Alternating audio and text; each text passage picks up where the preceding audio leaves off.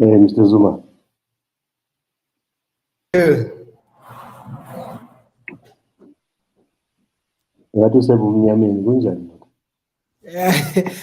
If you give me just a few seconds, I'm actually going to put on the video light suite. I do have a video light here.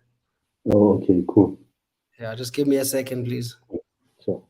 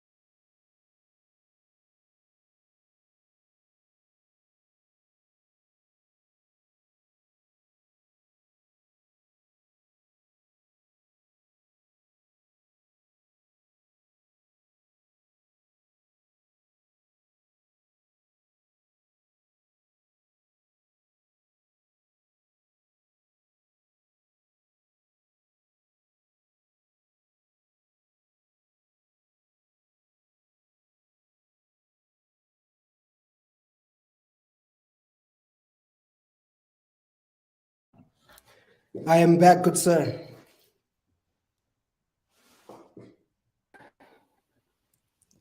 You are still in the dark area. As I've got like an amazing video light here in front of me. Sabotage. Yeah, I sabotage. Do you have a key or a button at what does it say? Something cam. Well, it says stop cam on my side or my but yeah, there is a stop cam here. Try to stop cam and then start cam. Okay, can you see it's blank now? Yeah. Okay, let me try again. How's that? Hey. that is I'm gonna take a picture for you now. That is very strange. I have a light in front of me on my phone that looked very good. Yeah, I wonder. Okay. Let me see if I can start the stream again and come back. Okay, cool. All right. I'll leave now. Let me check. There's a bit of some comments. Hi guys. Hi everybody. I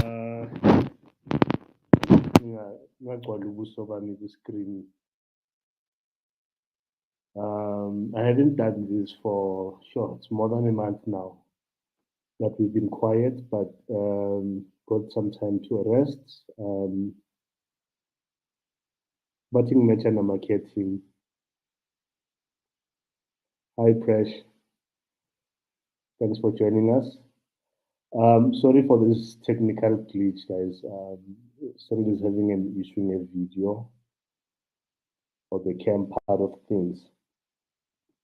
I'm reload shading, so hence you might see that the lighting is a bit dim.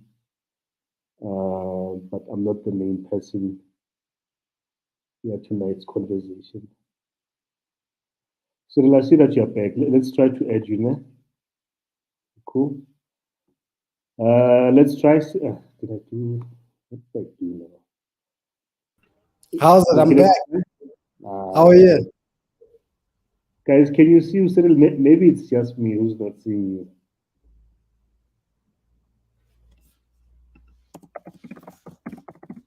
Because I'm very bright here, actually. Do you see yourself? There should be a sort of like a thumbnail type thing at the bottom. Yeah, what I'm gonna do is take a picture for you now. I can actually see myself and you clearly. I'll show you. I'll send it to you now on WhatsApp shortly. Sorry about that. Oh, what's backbone? I think it's me. Yeah, I think it might be on your side. Just check the picture now on WhatsApp. Okay, cool. Let me see. I use the imagination here. But can you guys see me? So it's not like, okay, I can see. Nah, Yeah, that's cool, man. Yeah, we know yeah. you are well lit. Thank you So, very much. okay, cool. Thanks for confirming that you can see Cyril. I'm just hoping that once we are done, because we keep these videos or these interviews, then it's gonna show as well. Thanks for Sure. joining us. Thanks, Pums and Not Dish, Precious Nisi, Facebook user. Welcome to the show. My name is Mzuzu Tony. I'm the founder of the BrownSense Group, and tonight I am joined by a highly esteemed guest. We started talking. Shoot, was it last year or this year? Yeah, last year. I remember. Last year, definitely. Last Yeah. year. Yeah, man.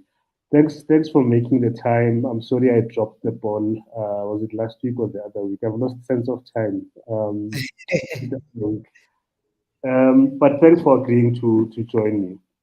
It's definitely a Um, pleasure. And you and I have been trying to have this conversation for quite a while, actually.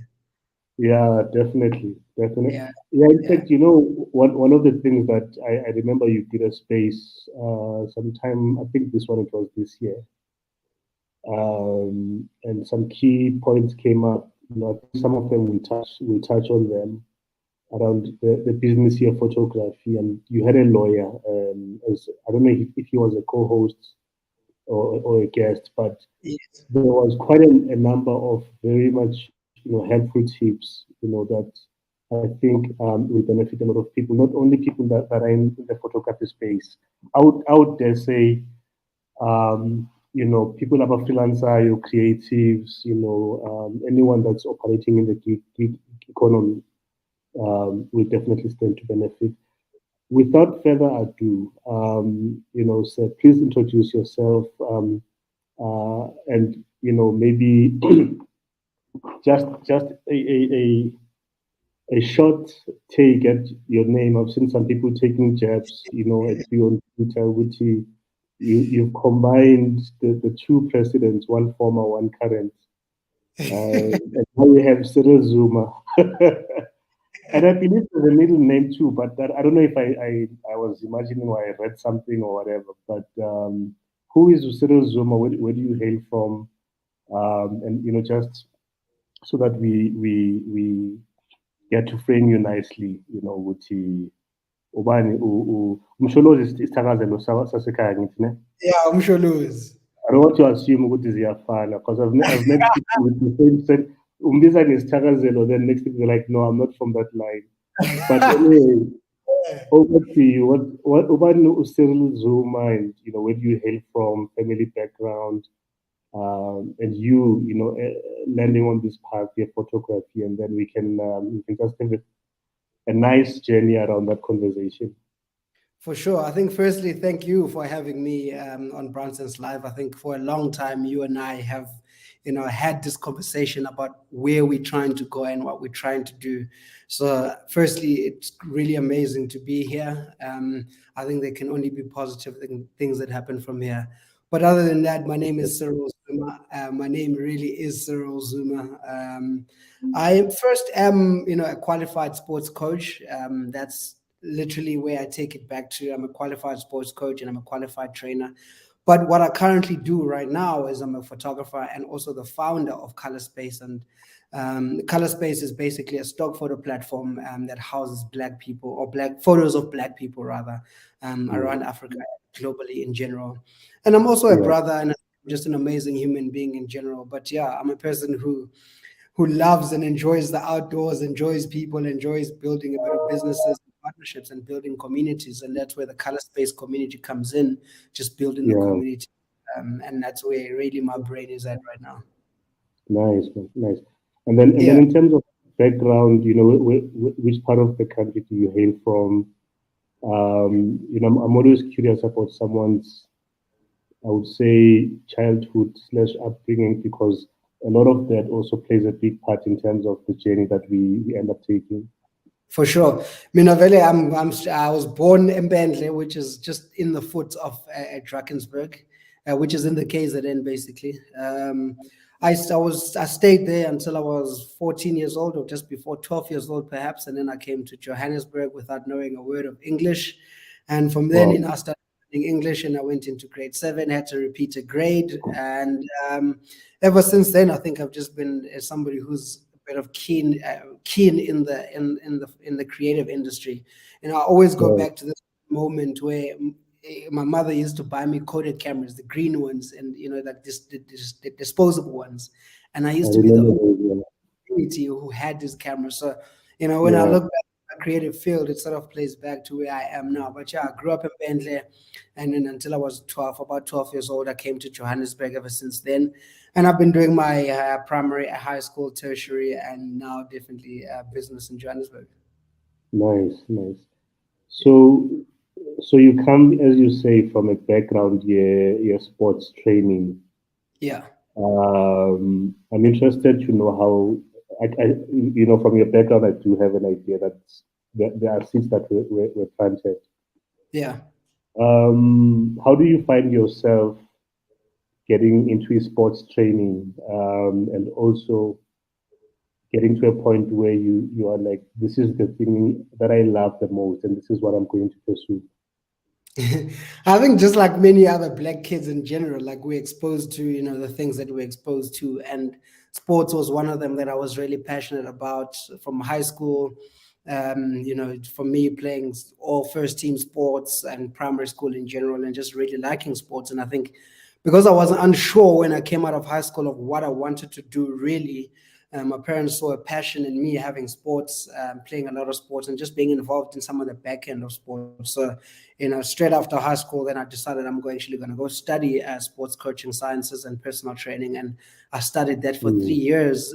Before then, I moved to a different industry, which was digital marketing. And now, obviously, at a Wow. different point now. Hmm. Quite an interesting journey that you've gone through, and I think in a big way, there's also other dots that connect to you coming from the sports training. Yeah. You mentioned digital marketing, Konamajin, and then photography. Yeah. So when we eventually took the plunge, you would see, you know what, this is my number one. Um, were you already taking or getting into the space of photography while you were a sports trainer, then moving into digital marketing? Or was it more like, you know what, I'm doing this for fun, one mind, but this is what I want to go and become? That's one question. So then the second part is it something that you then went and maybe formally studied for, or it was based on a number of years that you had put into the practice? So I always look at my journey like as a really a blessed journey, to be honest, when I'm Zuzugile, because the first thing I really do look at, how I started out in the industry. I was doing digital marketing, so I was an account manager for clients like Philips and a few government accounts, and I was really looking after their digital presence. And Mm, I had, I was, and in the meantime, I was playing around with the camera. So I was in the middle of Sandton, walking around, and in fact, I was buying food at Nando's in Sandton, and this guy came up to me, looked dodgy, he came up to me with a bag, and it had all the camera equipment in there. And I just bought a camera, and so this time I'm mm, actually a digital account manager at an agency. yeah, Sports, I'm just the sports training I'm doing just on the side as a hobby, and just over mm, time, while I was working as a digital account manager, I was actually taking photos. And one of the specific days where I think things sort of shifted for me was I was taking friends photos with a friends of mine with drink. I was taking photos of drinks at his house, and he mm, says to me, "Listen, a friend of mine is a DJ, and he's looking for somebody, a photographer at the moment." And I really plunged into that. And the next day, I was driving around with an artist and going to these festivals, and that's how it really started. And I soon realized that the photography, number one, was starting to pay me, if not more, but equal to what I was getting at the digital agency, and it was wow, starting. So it wasn't just 1 month, but it was 6 months later, and I'm still in this thing, and this artist is with me the whole time. And I right, realized I can really make money off this, and I really had a passion for it, right? And I think the passion also started growing in all of this. I was really unhappy at my job. I think like most creatives that leave their jobs, you're probably unhappy with your employer or Yeah. happy at the job, whatever it may be. And those were part of my reasons also. I was unhappy and I didn't get along with the boss.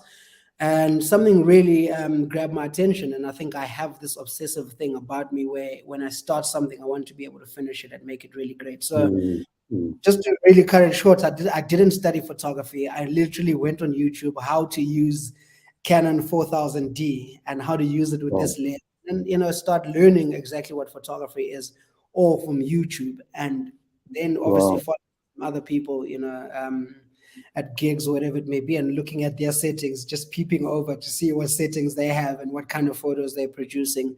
But that's really how I got in. 8 months later, I quit my job. Wow. Yeah. Wow, this is dope. So, how many years into the game? I'm not calling it the game because enjoy your Lisa, but how long have you been in the game since you quit? Shucks. So I've been in the game for 13 years. Wow. And yeah, so I think like it's about 12 now on my own, just 12 in a few months, but I always call it 12 just on my own, doing my own thing as a free. It has been a beautiful journey, to be honest. Wow, that's no, you're an expert. So I think one of the things, and it came up with the space that I referred to earlier. Yeah. That I've seen. I think you also said something about it a few weeks ago. The way that people approach photographers, especially from a pricing point where they might say, depending, I don't know your rates, of course, but Yeah. where they might say, I know so and so down the street to charge, let's say, $500. Sure. You Yeah. know, and they want you to come and take photos of their wedding, their 2-day wedding, for that matter. Chatabo Mame kitchen, while they're preparing the meals and that kind of stuff. Yeah. Yeah. And I'm saying this to say, I've picked up that you figured that part of the business out, and obviously with the years of experience you've got. Yeah. What Look, I find out, yeah, yeah, look, I think the pricing thing, and I always have like YouTube videos where I share my knowledge as much as I can, yeah, especially on pricing, because you know I look at photography and not as a hobby. I might have started out as a hobby, but I don't look at it that way anymore. I look at it something that can, get me houses, that can get me I can go on holiday, I can get married, I can live a life like anybody else at a different job. Because, yeah, if I ask you right now to turn off your phone and turn off even your laptop, the images mm, videos you're seeing, somebody created that. The billboard when you walk outside, when you're driving to work, everything you are looking at, that's visual. Somebody created that, right? And so there is a huge market for it. And as soon as everybody takes it seriously, we realize how big of a market we have. And this is when I start tapping into the stock photography part of things, because it becomes even more exciting for me as Africans, which is to actually even multiply what's happening around us and the things that we're looking at around us. But yeah, yeah, when it comes to pricing, it is a very difficult conversation, because you never know. When you start out, you always charge too little. yeah, yeah, Confident. You're looking at somebody else. You're like, yo, they're using that camera. They've got this. They've got that, and I can never amount to that. But I think it's always being yeah, true to yourself and being true to knowing how good are you and what type of work are you and understanding the industry also. When you understand, see a billboard somewhere in the middle of Hyde Park, that billboard well, with a photo might be perhaps going for 600,000 rand a month on rent, and that's your photo. And understanding what rights you have on that photo and impact you have on the business and the consumer, it changes everything yeah, on how yeah. you approach that photo. That's a master class. I've written some keywords from what you just said now. But before I just get into this, for someone that's listening or watching us, young guy, young lady,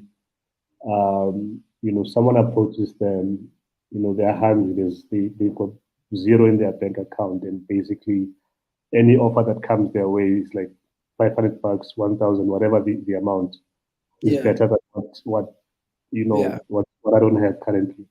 Yeah. What do you say to someone like that in terms of um, regardless of where they might be in the game, but in terms of building up towards what you're now saying, you're touching on things like the IP. How do you treat it as such? The work that you build, it's meant to feed you, build you a home. Help you to find that person and get, Yeah. it's a livelihood basically. Yeah. Yeah. And I'm not saying there's a clear pathway you would do 1, 2, 3, 4, 5 or whatever, but there's definitely things that one can do that you've done. Sure.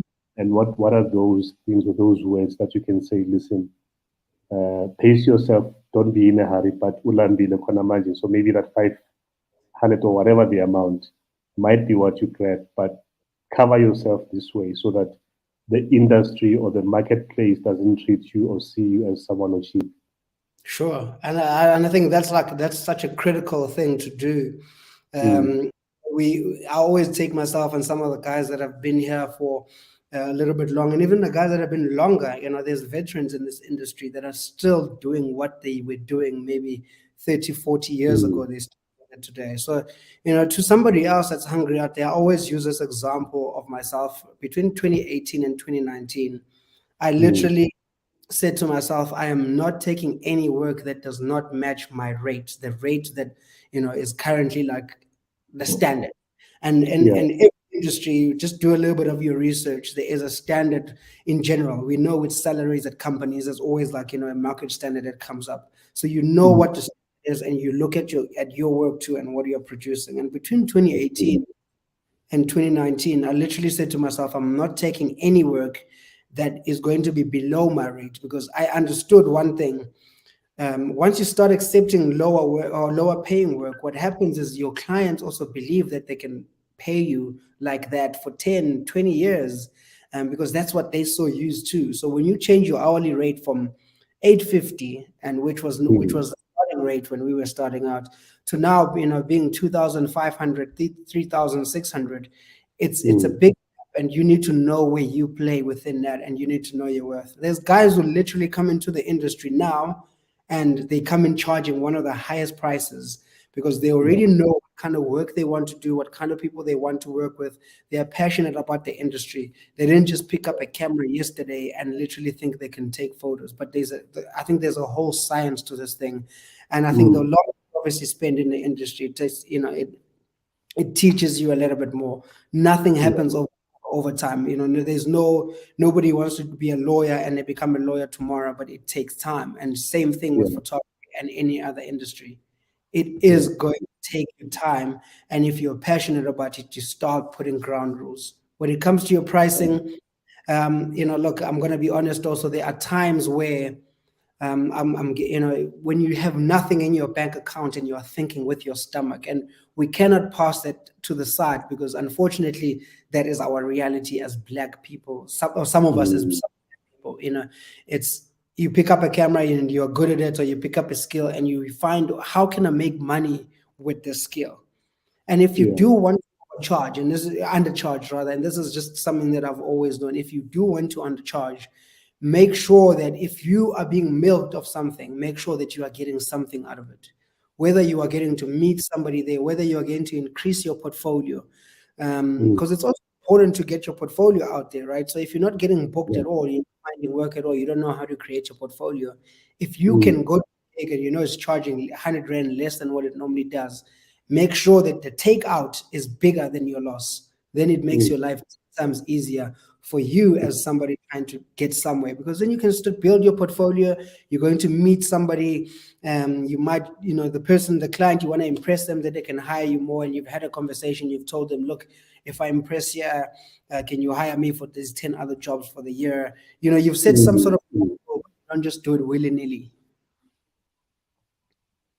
That's really informative. So I think also what I'm picking up is one needs to invest the time, obviously the energy into learning, getting information. You Yeah, mentioned that you've got a YouTube channel, for instance, yeah, and I think it would be a great thing to share the link. Um, definitely, yeah, what is it? That's something I hadn't added earlier, but you can give it to me now. let me just see. Am I able to type it here in the group? You can type we comment, but I'm gonna type it we screen also so that it just goes across the screen. All right, please give me 1 second. I'm gonna give you my channel. It's just the links are always sometimes they're not accustomed to your own ones. But Yeah. I'll have it here. I'll put it now in the comments. Okay. Cool. That means I added. That's helpful because I believe there's just so many things we can touch on, For sure.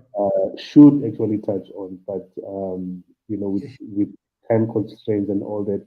I'm also being guided by my laptop battery, guys, because of load shedding on my side. Yeah, yeah, Uh, but I want us to go into what you've done in building a color space, yeah. right? And what is what inspired you to start that? What is the end goal? What is the angle? How can I plug into that and benefit, whether as a photographer or a user?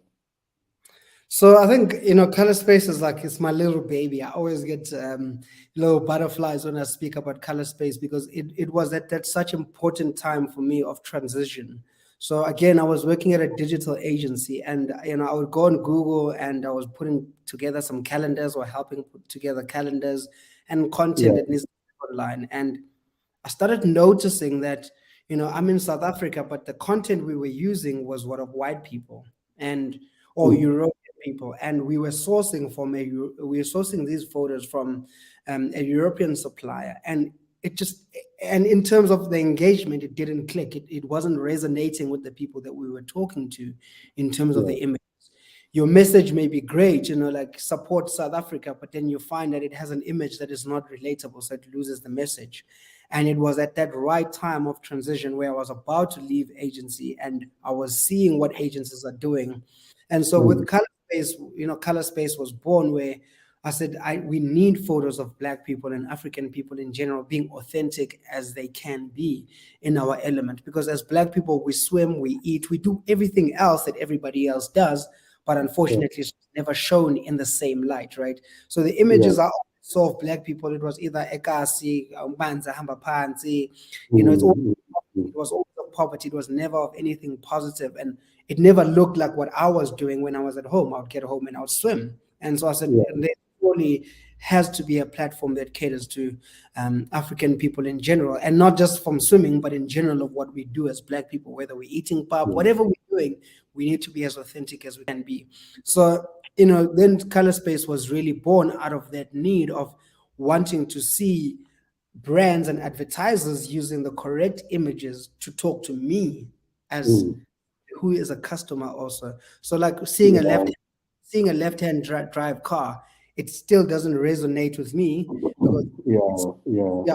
yeah, I probably will never drive a left-hand drive car unless I am in another country, but those sort of things. So Mm. colors Mm. born out of that necessity of wanting to find authentic images of Black people, and really the how everybody else can get involved is, when I looked at this, and now, when I looked at this, it wasn't such as the case. But now, as I look at it, unemployment is one of the biggest things in the country right now, Yeah. and you find that either youth don't know how to apply for university, some kind of qualify to get a university, but we cannot all be the same. We cannot all be, book smart. We cannot all be a certain smart, but some people can pick up a camera. Some people are creative. Some people draw. I used to draw in high school. So Yeah. when it comes to stock photography, you can use your smartphone. You can use any device, a camera that is around you to capture a photo as it is, and then go on Yeah. the internet and submit that photo for free. You can submit it for a price also from Mm. $100 to R1,000,000. If somebody buys that photo, you literally get percentage of that, and you still own the photo. So that's the beauty part of it. You still own the photo, it's still yours. Anytime you want to take it down, you can literally take it down and you own the copyright of that photo. So, it really gives the power to the creator. Number one, the fact that they earn money every single time a photo is bought. So if you put up your photo on a Color Space website right now for $100 and 1 million people buy it, you earn every single time somebody buys that photo. And obviously, as Color Space, we will earn some money too for just the management and keeping your photos alive and displayed to a certain people. But really, the aim is to get creatives to stop hoarding hard drives with beautiful photos, because we saw this in the 21-day photo challenge. If you go on Twitter and you write hashtag 21-day photo challenge SA, it was a prime example to show that there are people in South Africa who have these type of photos, and it's like there's millions of photographers, thousands of photographers rather, and they have millions of photos they can submit that resonate to us. That was a pure example of that people have the photos. So it's trying to get those photos and actually have them on the internet, get people earning, and get brands talking to us directly using the correct image. And really the long term is to showcase Africa and its beauty according to our eyes, because we are the ones that are living in Africa. What we need is to showcase Africa through our eyes and through a lens. Yeah. I love that. And I think what I've seen, and I'm sure you've seen this too, where there's the usual suspects when it comes to like people's stock photo. You see this guy with a big smile in a furniture ad, a cell phone ad, a government ad, because people probably go to this one, but it's not a local stock photo platform also. Whereas what I've seen with you, it's someone that also, when I look at them, it's relatable. It's like I'm gonna get into trouble for saying this. So it's like for my location, I grew up in Soweto, and there's someone that you will see on TV, an American film, and you look at an actor like, yeah, this guy looks like someone I can bump into or MD because of our features. You understand? So, but you look at the majority of the stock photos that are being used, you see, which they probably look either American, UK, whatever part of the world, but not South Africa or the African continent even. And that's one of the things I like about it. But the biggest one, which you've touched on, is the empowering one, when these artists or photographers still keep ownership of their work. Yeah. The power is in their hands. Really, yeah. And I think when I look at other stock platforms, and I don't want to talk about them, but when I look at them, in terms of when you start earning money, you literally have to go through tiers of there's tier 1, tier 2, tier 3, and on tier 5, you need to submit 10 photos or 100 photos before you can start earning a certain percentage. On our platform, we're saying to you, you can get I just can't remember. I think it's 43% right up front, and that's one of the highest, or even higher actually. 43% each sale that you make. So when you look at other platforms, you're literally earning 0.05% of every sale. And that's the biggest competitor, and that's the biggest platform in the world right now. That's how much you earn, and you have to submit 10 photos to literally, and for all of them to be accepted. And we are saying to the creators, here's the platform that's available for you right now. Submit your photos right now. Somebody buys your photo right now, you start earning money. See your wallet live, and you can take it out, put bread on the table, whether it's bread on the table, whatever it is that you're doing, literally sort of make a living. And even with smartphones, because smartphones are getting smarter by the second too, where a good phone now can literally take an HD photo, and somebody can take that and put it on a magazine, and it's still good quality. So we're giving the power back to the people and saying, we have devices, we take photos all the time, but why instead of them on social media platforms? And I think when I go back to the podcast I had, it was the same thing, where a lot of people in general, you and I do the same thing. We post on social media, but we don't understand the terms of social media, where Twitter tells you that when you post this photo, I, as Twitter, also own it. I have global rights to it. which means I can put it on a billboard in New York. I can put your Yeah. tweet on a billboard in New York or wherever it may be, wherever I want to put it, and I have global rights to it, and you can't earn from it. So we post photos on these platforms, whether it's Instagram or whatever it is, and we're basically giving our work away. So when these platforms want to take that work, they can. Here's a platform that's also got similar and even a social aspect to it, where you can start earning money for your photos. Fine, you can go ahead and put it on social media. In fact, I would suggest that people put it on ColorSpace, take the link on ColorSpace, and it's got the logo. Make people buy for your content. So because you've got, I look at celebrities as one example. I'm going to give an example of Uncle Waffles. She's one of the hottest people right now in the industry. If she had to say, you have to pay to see my photos, people would pay. People would literally pay. If she had to say, you need to pay to see my photos, you need to start paying to see my videos when I perform. I will not post them on social media platform, but they're going to live on ColorSpace, and you can download that video there and you can watch it. People would pay. That's literally putting the power back to the creators and the people that are creating this, because we're so used to giving content for free, but we don't know the power of having that content and utilizing that content. So basically, you're doing what you do anyway, but you might as well make money while doing it. Exactly. And these social media platforms literally take away from you without you really knowing. So yeah. You've touched on something I once wrote in, but this is years ago. I reviewed the then Facebook terms of use, and wrote something about it where I was like, hey guys, 1, 2, 3, you must what. So what you're saying about photography, that's what I advised one of my friends back then. Would see, this is what you're basically doing. If you share your work in this platform, and then one day you come across it wherever in the world, and you can go to these guys and say, cease and desist, or I want royalties and so forth. So Cyril, on the one hand, there's creatives. I think I would like for us to touch on, and this is also a call, or a challenge to people that are in agencies, those who own agencies that are listening or watching. How do I engage or what's the word? Interact or use ColorSpace as someone that's coming from an agency?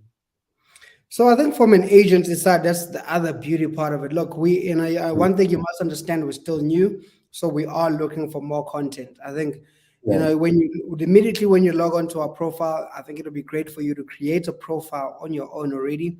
So create a profile as a buyer and start interacting on the platform. So start using the keywords that you would normally use when searching for these photos on other platforms, whether it's office, whether it may be, you're bound to find what you're looking for. It might not be in variety. And once you are on the platform, the other really cool thing is that you can literally look who took that photo, and you can now look at all more work from that certain creator. And if you want to, you can even contact them on the side and directly that creator, because some creators have their links on the platform, so you can put in your social media platform, or your social media platforms. You can put in a website link, all on this one platform that is also very social, where you can chat to somebody on the platform directly.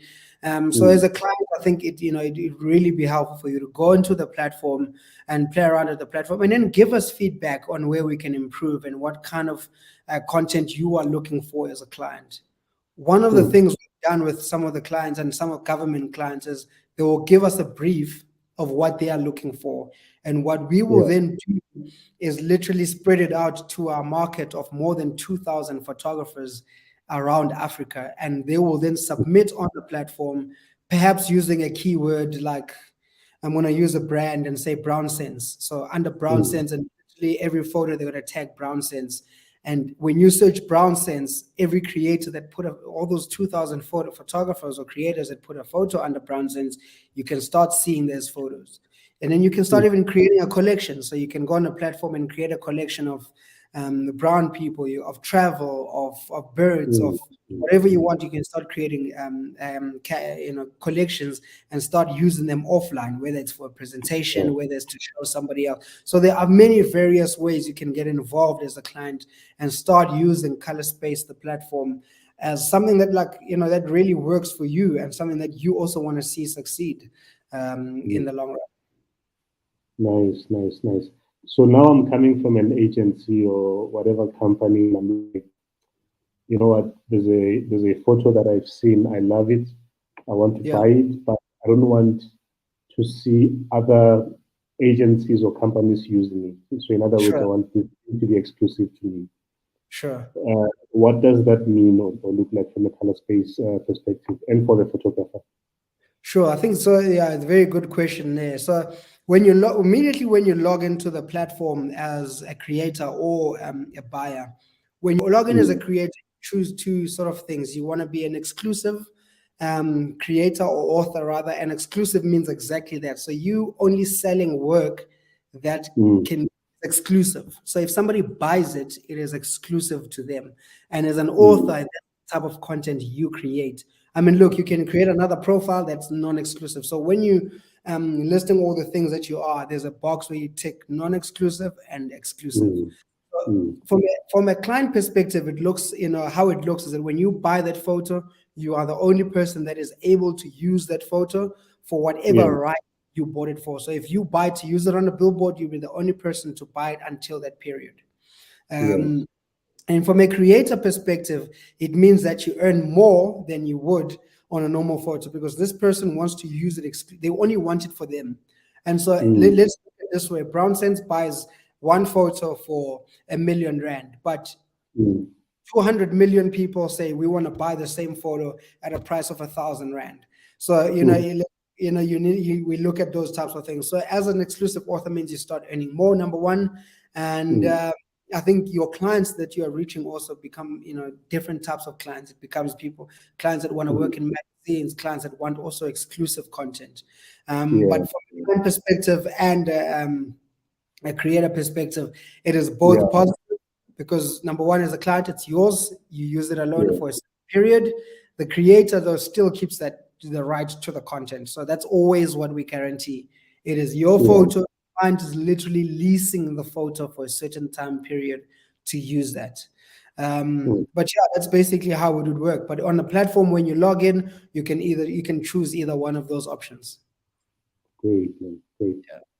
Man, this is powerful stuff.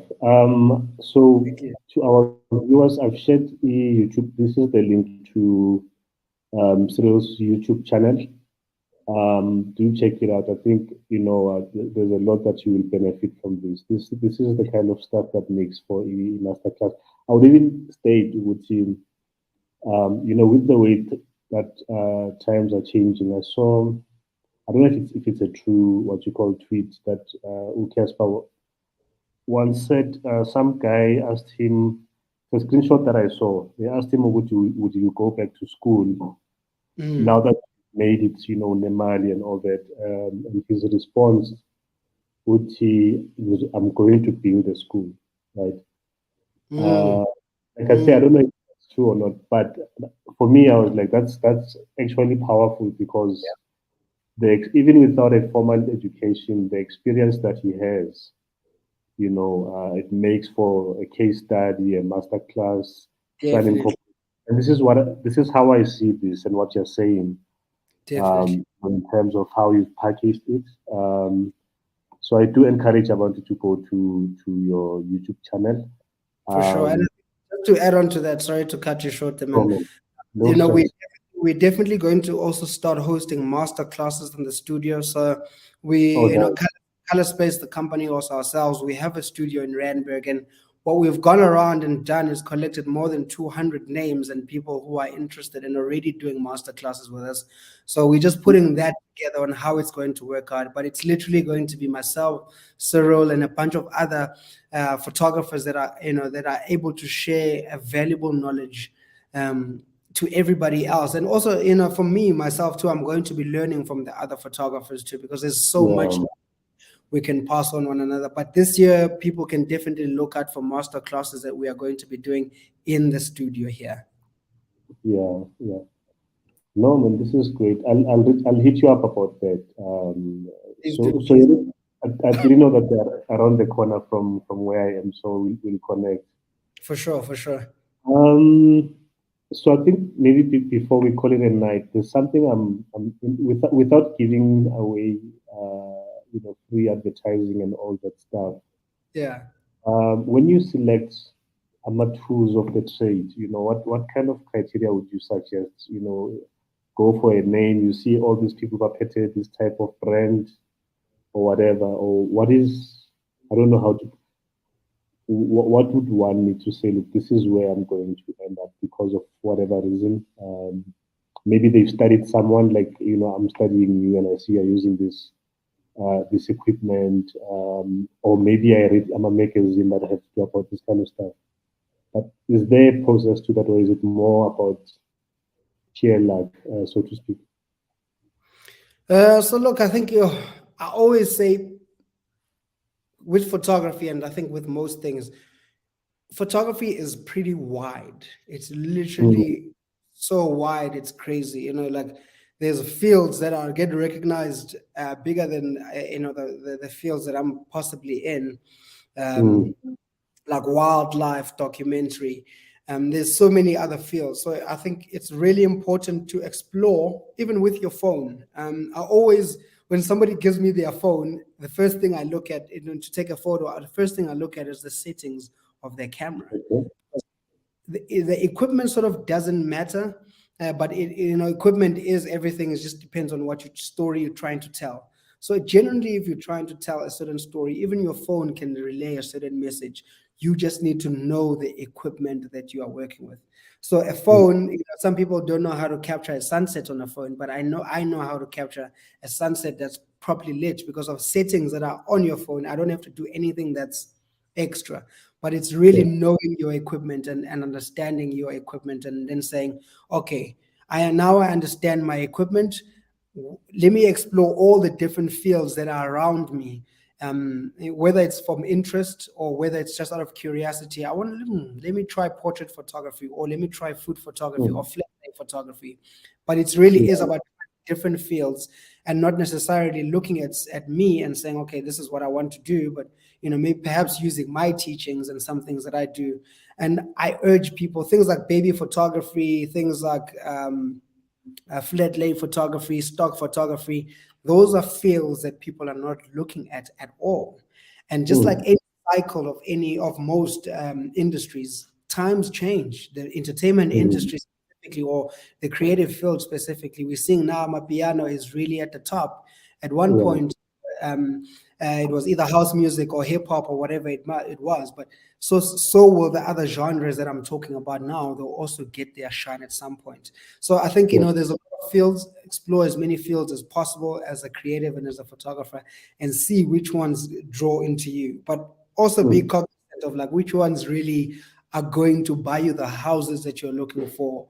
mm, What's going to elevate yourself? What's going to elevate you even better? Because we have to live from this. It's not a hobby. I think mm, we always, maybe before masbona abanye abantu doing, I refer to some people as cameramen. Masbona cameramen around mm, your neighborhood, we out that that you also used to live your neighborhood, but now you can literally become a multi-millionaire from this, and we see it yeah. whether it's Netflix or whatever, people starting production houses. So this is very serious, and how you look at it can definitely shape everything. So when you start taking the field of photography and creativity very seriously, it starts yielding the results for you, and that's what I've seen over the years for myself. Sure. Sure.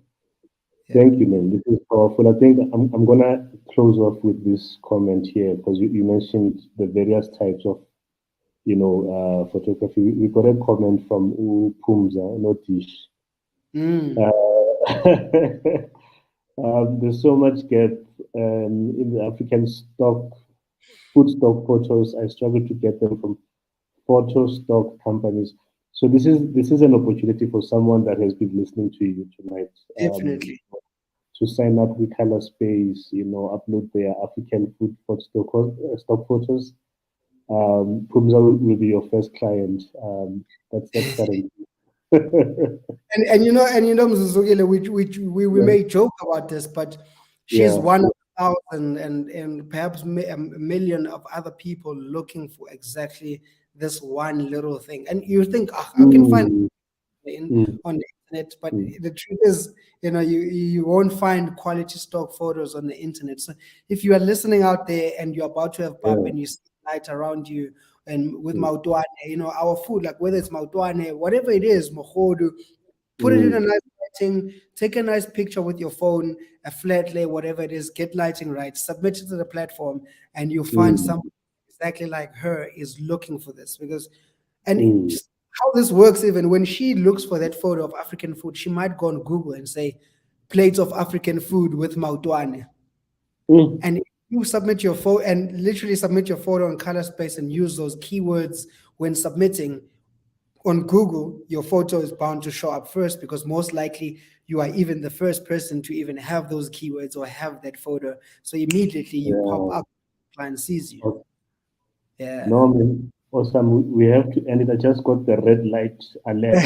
No, no No, man, battery. this is Yeah. amazing. Thank you so much for hosting me, man. Thank you, Rene. I'll be in touch. Thanks for your time. Perfect. Thank you so much, man. Have a Yeah. good evening.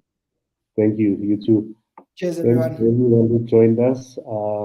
We will be back same time next week. Bye bye. Cheers. Bye. Hasta la vista. Shut up.